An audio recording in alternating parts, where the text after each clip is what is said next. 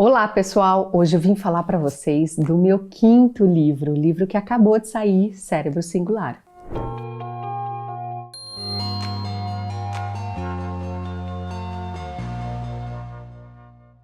Como estimular crianças que estão no espectro autista ou com atrasos no desenvolvimento, que este livro ensina a gerar estímulos que vão ajudar no desenvolvimento deles. E eu vou falar um pouquinho dele para você hoje. Esse é o quinto livro. Os anteriores, nessa ordem, foram SOS Autismo, O Reizinho Autista, Guia de Sobrevivência do TDAH e Mundo Singular, que foi o primeiro filhote e que hoje está disponível para download lá no nosso site. Eu vou deixar aqui embaixo o link desse livro para vocês, porque como já venceu o contrato com a editora, nós pudemos disponibilizar o livro Mundo Singular para vocês.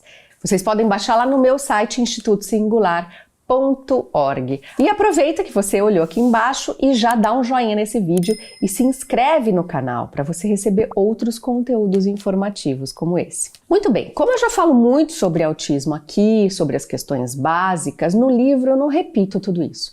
Eu já começo direto falando um pouco sobre neuroplasticidade, que é como é que o cérebro, a partir das informações que recebe, a partir dos estímulos que você vai aprender aqui a gerar, como que o cérebro vai fazer a neuroplasticidade, como é que ele vai se reorganizar, formar novas sinapses, novos caminhos, se reestruturar e de uma forma, claro, explicativa, de uma forma que todo mundo entenda. Mas tem um fundamento, tem um princípio fazer tudo isso.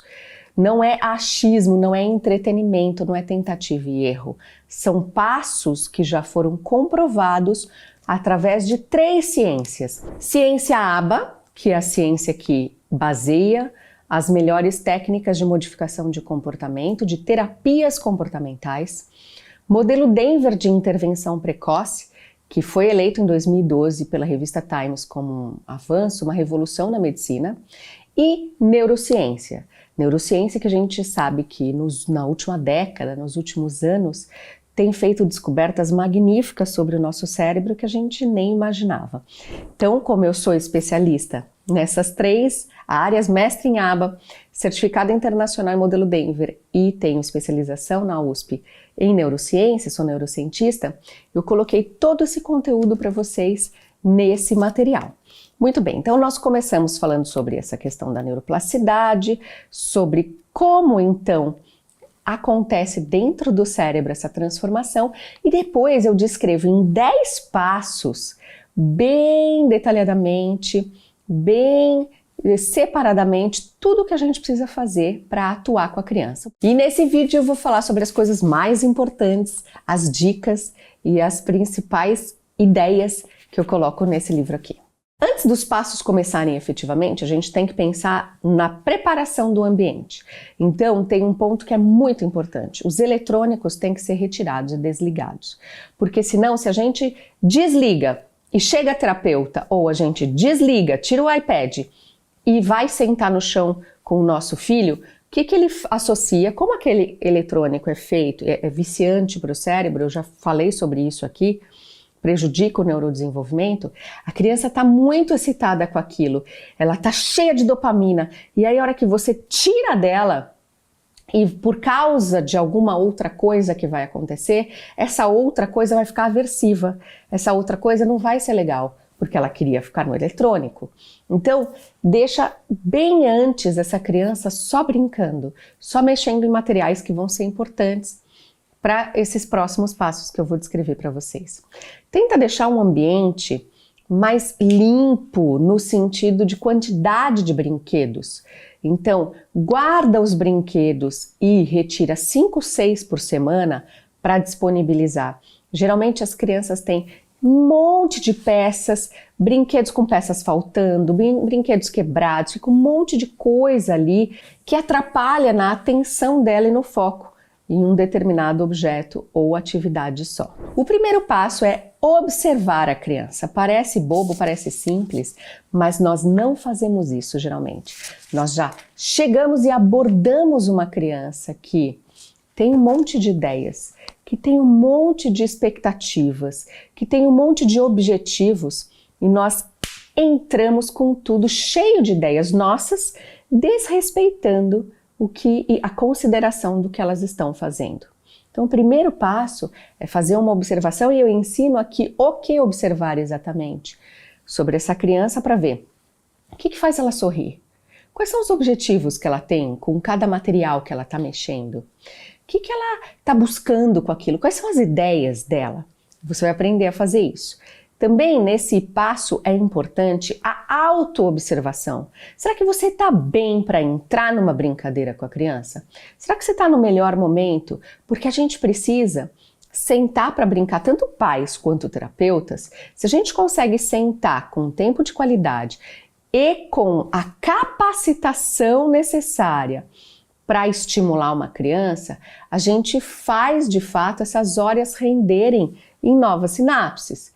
Não é um entretenimento, não é ali uma brincadeira qualquer, é uma brincadeira que vai forçar um pouquinho a buscar as defasagens, a buscar o que tem de déficits, de atrasos e de prejuízos no repertório daquela criança.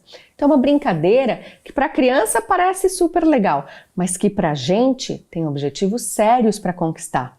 Então, a gente vai aprender a entrar na ação com uma criança sem dar demandas. Nós temos o gravíssimo erro de já chegar com as nossas ideias, com os nossos brinquedos, pedindo para a criança: olha o que eu trouxe para você, você viu esse daqui? Posso brincar junto? Você quer que a titia ajude você? Que cor é essa? Qual é esse animal? Como que faz esse animal? Có. Vamos cantar música? Olha quantos pedidos, perguntas e demandas você deu numa criança achando que você estava sendo super legal. Esse é o maior erro de todos, a gente chegar antes de conhecer, de observar, de entender, responder essas perguntas e entender o repertório dela, a gente chegar com demandas. O que a criança autista faz? Ela se afasta, ela se vira, ela sai de perto porque ela não dá conta de responder a todas essas demandas para vocês, fica aversivo para ela e ela quer fazer o quê? O que ela tinha de ideias. Ela quer continuar desenvolvendo o que ela estava fazendo, que você desconsiderou. Então isso é muito importante. No segundo passo, nós vamos nos aproximar dessa criança, nos aproximar com respeito e com uma distância que seja confortável para ela. Geralmente a distância é da distância assim, ó, de um braço mais ou menos. Porque nós tendemos a nos aproximar muito de uma criança autista, porque justamente ela parece não nos ouvir. Não responde com contato visual, não responde com interação social. Então o que a gente faz? A gente chega mais perto, aí a gente fala mais alto, daí a gente entra mais na frente dela e a gente vai ficando mais e mais aversivo e invasivo para ela. Então chegar, nos aproximar numa distância confortável, ficar numa altura frente a frente com ela e numa altura que favoreça, que facilite o contato visual dela com a gente. E de acordo com as expressões faciais, que eu coloco aqui vários exemplos de expressões que querem dizer sai de perto, não tô gostando, tá invasivo, tá ruim para mim. Ou expressões faciais que querem dizer ok, estou feliz, estou gostando. Porque uma criança autista, ela não faz super uau, tia, que legal, pode vir mais, vem mais perto. Não, ela vai fazer uma microexpressão, um micro sorriso, um olhar mais próximo na sua direção. Esses são sinais sutis de microexpressões faciais que vão te dizer se você avança ou se você recua. Conforme você perceber que essa criança permite o avanço, você vai começar a seguir a liderança dela, narrar, descrever e fazer sonzinhos sobre o que ela está fazendo. Você vai narrar em pouquíssimas palavras, de preferência falando uma ou duas palavras só, com muita calma, sem dar demandas ainda. Somente fazendo comentários e sons engraçados sobre as ações dela. O terceiro passo é o espelhar. Espelhar é imitar o comportamento da criança. Você vai pegar outro objeto, não o brinquedo que ela está mexendo, e vai começar a fazer igual. E vai começar a mostrar que você gostou da ideia dela, que você gostou do que ela estava fazendo, que você achou interessante, que você valoriza a ideia dela. Uma das coisas que a gente mais quer ensinar instalar no repertório da criança é justamente o repertório de imitação, porque ele é pré-requisito para vários outros. Mas antes de pedir, a gente precisa dar um modelo para ela de como fazer. De uma forma respeitosa, sem dar demandas ainda, continue a narração e as onomatopeias, os sonzinhos engraçados. No quarto passo, você começa a tocar nessa criança, fazendo atividades sensório-sociais. Quais são elas?